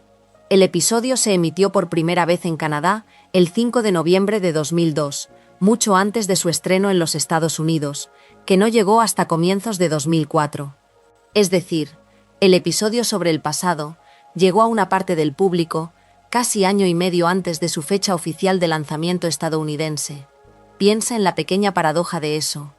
Un capítulo dedicado a viajar hacia atrás en el tiempo, que para muchos espectadores existió antes de cuando se suponía que debía existir. La producción de la serie, sin proponérselo, dejó que su propio calendario se comportara como uno de sus argumentos. Conviene detenerse ahora en algo que a menudo se malinterpreta, porque es la clave para entender cómo la serie juega con la historia. Existe la idea de que Bob Esponja viajó en algún momento a la antigua Roma. No es así. No hay ningún episodio en el que los personajes usen una máquina del tiempo para llegar literalmente a Roma. Los únicos episodios de auténtico viaje temporal son SB-129, con su futuro y su pasado prehistórico, y Back to the Past, ambientado en la época de la juventud de Mermaid Man y Barnacle Boy. La Roma de Bob Esponja no se alcanza viajando en el tiempo. Se alcanza de otra manera, más humilde y más teatral. Ese material romano aparece en Spongicus. Aquí Plankton demuele el balde de Carnada y lo reconstruye como un coliseo de estilo romano, con togas, carros y un espectáculo de gladiadores, todo con la intención de atraer a los clientes del crustáceo cascarudo. Fíjate en la naturaleza de ese decorado. No es un salto en el tiempo, es un cambio de vestuario y de escenografía sobre el fondo de bikini del presente, una Roma de utilería levantada dentro del mismo mundo de siempre. La antigüedad no se visita, se imita. El pasado se vuelve un tema estético, una fachada que se puede montar y desmontar, en lugar de un lugar real al que se llega. El propio título juega con esa idea. Spongicus es un juego de palabras con Spartacus, el gladiador y líder rebelde de la Roma histórica, y el Coliseo del episodio está modelado visualmente sobre el Coliseo de Roma. La serie toma un referente histórico concreto, real, y lo dobla sobre sí misma en un chiste, convirtiendo una figura de la rebelión antigua en el nombre de una esponja.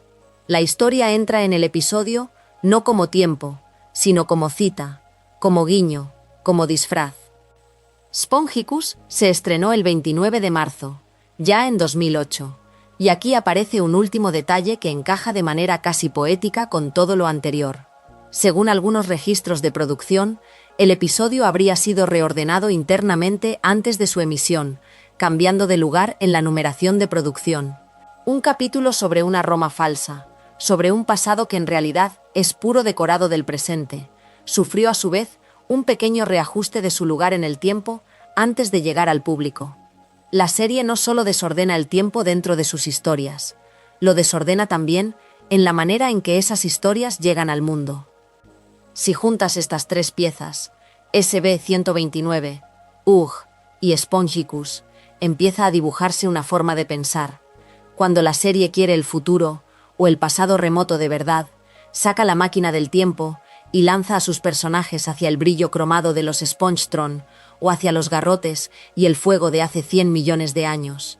Cuando quiere Roma, en cambio, no viaja a ninguna parte, redecora lo que ya tiene, y en ambos casos el presente, ese ahora en el que la serie vive la inmensa mayoría del tiempo, nunca queda del todo fijado. Es un punto de partida al que Calamardo no consigue regresar, o una base sobre la que Plankton levanta una antigüedad de cartón-piedra. Los productores han tratado el tiempo de Bob Esponja como algo maleable desde aquella Nochevieja del cambio de milenio, Y esa libertad, esa negativa a clavar el presente en una fecha concreta, es una de las razones por las que el mundo de la serie se siente a la vez tan familiar y tan imposible de ubicar. Considera lo extraño de que un creador escriba, antes de que exista un solo episodio, la lista de cosas que su propia obra nunca tiene permiso de hacer. Cuando Stephen Hillenburg preparó la Biblia original de Bob Esponja, ese documento interno donde se fijan las reglas de un programa, no solo describió quién era cada personaje y cómo se veía cada rincón de fondo de bikini. Escribió también una serie de prohibiciones, reglas que él mismo consideraba inquebrantables, y lo revelador es que casi todas ellas eran, en el fondo, la decisión deliberada de dejar un agujero abierto para siempre, de negarse a rellenarlo, porque el hueco valía más que cualquier respuesta. La más conocida de esas reglas tiene que ver con el examen de conducir. Hillenburg estableció que Bob Esponja nunca aprobaría su prueba de navegación, que nunca obtendría su licencia, no porque el personaje fuese incapaz en algún sentido profundo, sino por una razón puramente cómica. A Hillenburg le gustaba demasiado la dinámica entre Bob Esponja y la señora Puff, ese vínculo, la alumna eterna y la maestra que se resigna a un fracaso tras otro, funcionaba justamente porque no tenía final.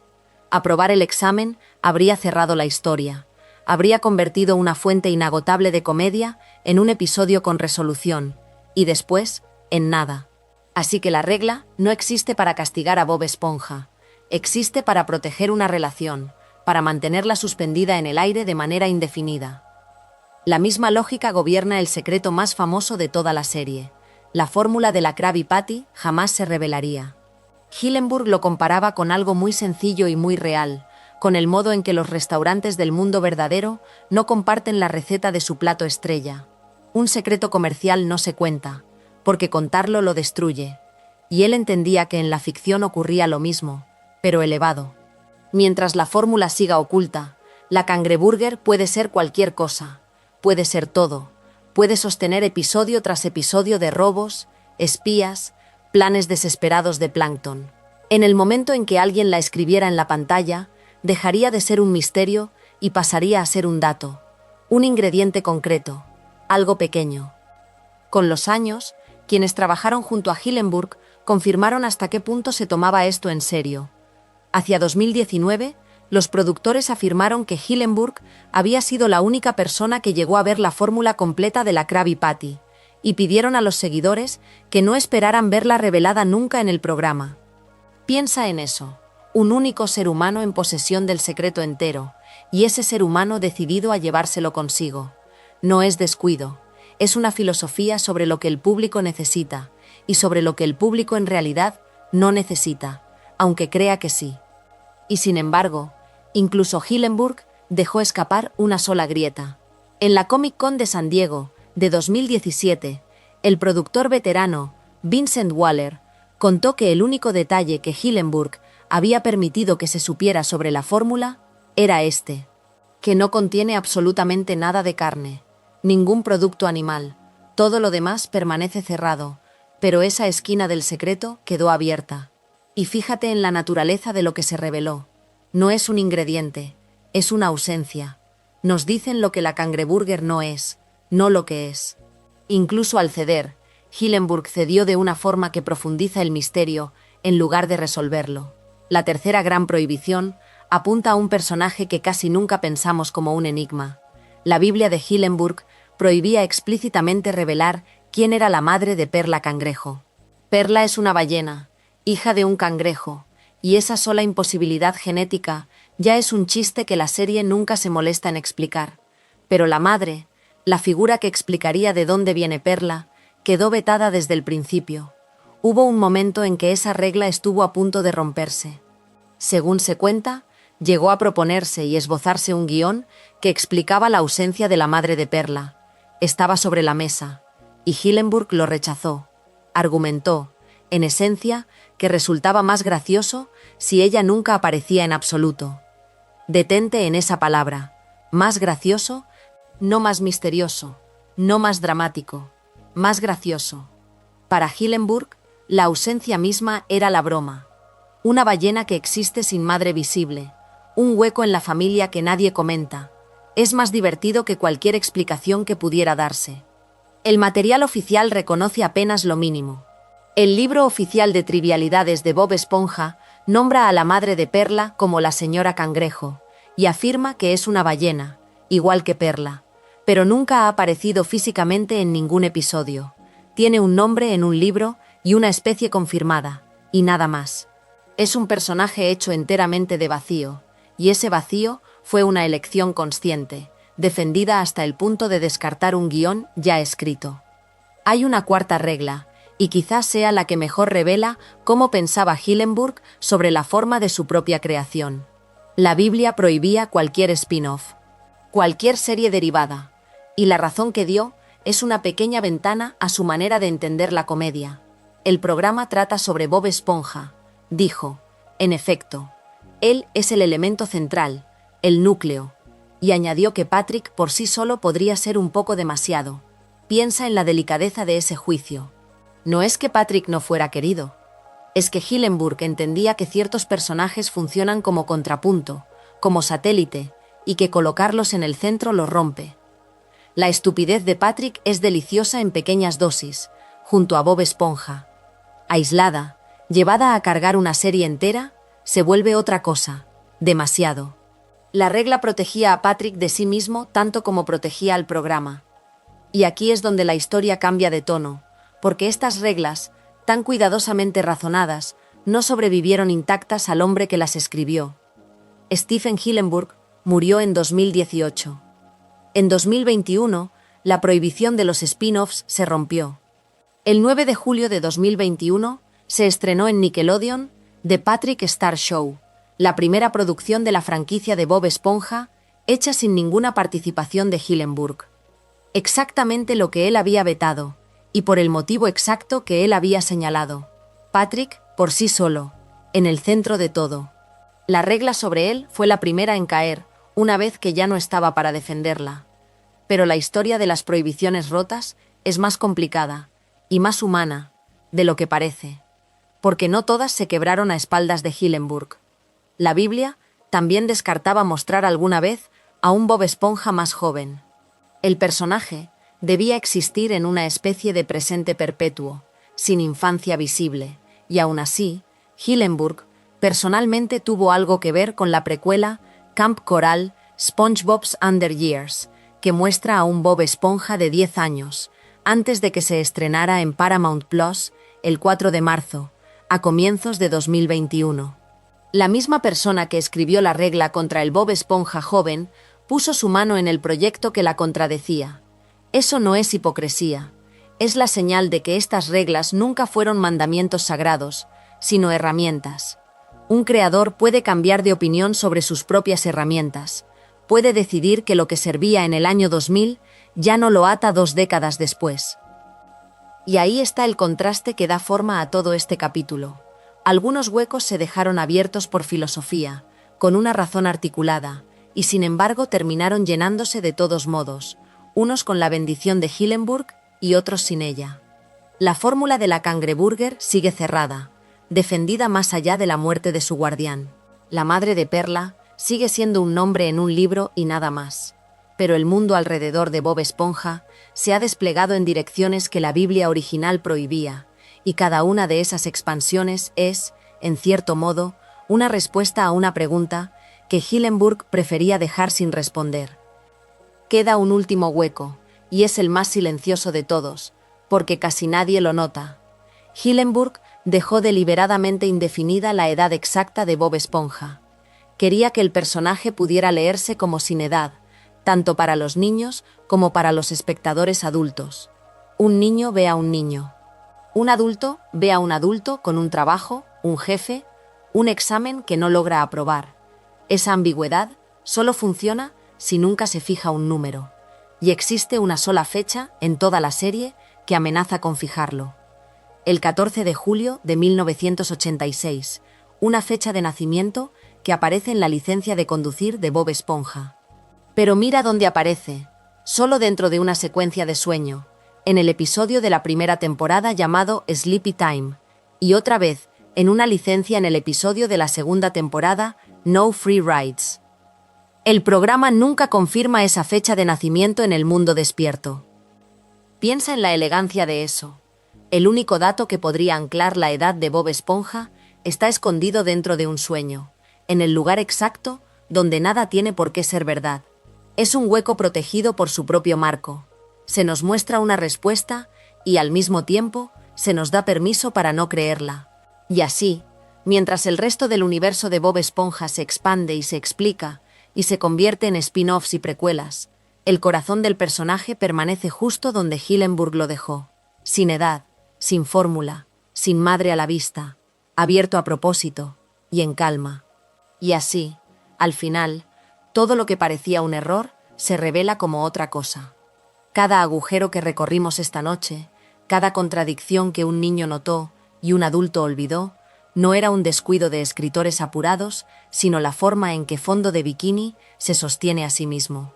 La serie nunca prometió un mundo que obedeciera nuestras reglas. Prometió un lugar donde el fuego arde bajo el agua, donde una esponja puede llorar océanos enteros, donde la lógica cede el paso a algo más antiguo y más honesto, que es el sentimiento de lo que una escena necesita ser. Reparad en lo que eso revela. Durante todos estos años creímos estar encontrando fallas, y en realidad estábamos midiendo la profundidad de un mundo que se pensó con más cuidado del que jamás le concedimos. Lo que queda, cuando las preguntas se apagan, no es una respuesta, es una imagen. Una ventana redonda iluminada en la oscuridad del fondo del mar, la corriente moviéndose despacio sobre la arena, y dentro de esa piña, una luz pequeña que sigue encendida mientras todo lo demás duerme. Nada exige ser explicado. Todo, por fin, descansa.